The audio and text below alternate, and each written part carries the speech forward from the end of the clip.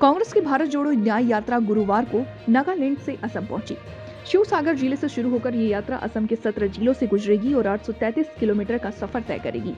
कांग्रेस नेता राहुल गांधी के नेतृत्व में निकाली जा रही यात्रा 15 राज्यों से 110 जिलों से होकर के गुजरेगी। इस दौरान राहुल गांधी ने एक बार फिर भाजपा, आरएसएस और प्रधानमंत्री नरेंद्र मोदी पर निशाना साधा। उन्होंने कहा कि मणिपुर में गृह युद्ध जैसे हालात हैं, राज्य विभाजित होने की कगार पर पहुंच गया है। उन्होंने ये भी बताया कि भाजपा आरएसएस नफरत फैला रही है, इसके जरिए वो जनता का पैसा लूट रहे हैं। असम में राहुल गांधी ने मुख्यमंत्री हेमंत बिश्वा शर्मा और उनकी सरकार पर भी जमकर हमला बोला। उन्होंने कहा कि भारत की सबसे भ्रष्ट सरकार शायद असम में है। हम भारत जोड़ो न्याय यात्रा के दौरान असम के मुद्दों को उठाएंगे। भाजपा के इस बयान पर पलटवार करते हुए ऐसे मोर्चों से कांग्रेस को कोई फायदा नहीं होगा। भाजपा और आरएसएस नफरत फैला रहे हैं और एक समुदाय को दूसरे समुदाय के खिलाफ लड़वा रहे हैं। सबसे बड़ा मुद्दा बेरोजगारी है। मैं अगर यहां पूछूं, सवाल पूछूं युवाओं से, यहां पे असम में इस मीटिंग में कितने युवा बेरोजगार हैं, हाथ उठा के दिखाओ।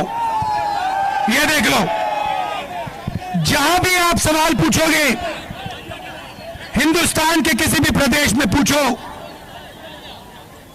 आपको बेरोजगारी ही बेरोजगारी दिखाई देगी।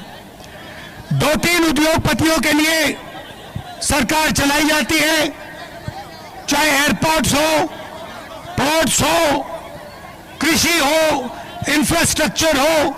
नरेंद्र मोदी ने सारा का सारा अदानी जी के हाथ कर दिया और यहां आपके चीफ मिनिस्टर सारा का सारा अपने हाथ कर रहे हैं।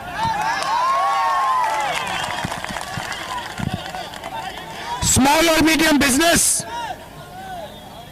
जिससे रोजगार बनता है, उसको जीएसटी और नोटबंदी से खत्म कर दिया।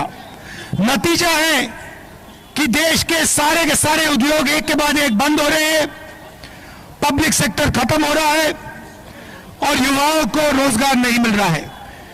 ये युवाओं के खिलाफ अन्याय है। सबसे बड़ा अन्याय बेरोजगारी युवाओं के खिलाफ हो रहा है। ये हम देश के सामने रखना चाहते हैं। हिंदुस्तान बेरोजगारी के साथ कभी प्रगति नहीं कर सकता है। हमारा वायदा है, कांग्रेस पार्टी का वायदा है कि जो सरकारी वैकेंसीज हैं उनको हम पूरा भर के आपको देंगे और जो छोटे स्मॉल और मीडियम इंडस्ट्री हुआ करती थी, जो आपके यहां इंडस्ट्री हुआ करती थी, उसको हम फिर से रिवाइव करेंगे और युवाओं को रोजगार देने का काम करेंगे। आपने अपनी पूरी शक्ति इस यात्रा को दी। हजारों लोग आज हमारे साथ चले, इसके लिए मैं आपको दिल से धन्यवाद करना चाहता हूं। नमस्कार, जय हिंद।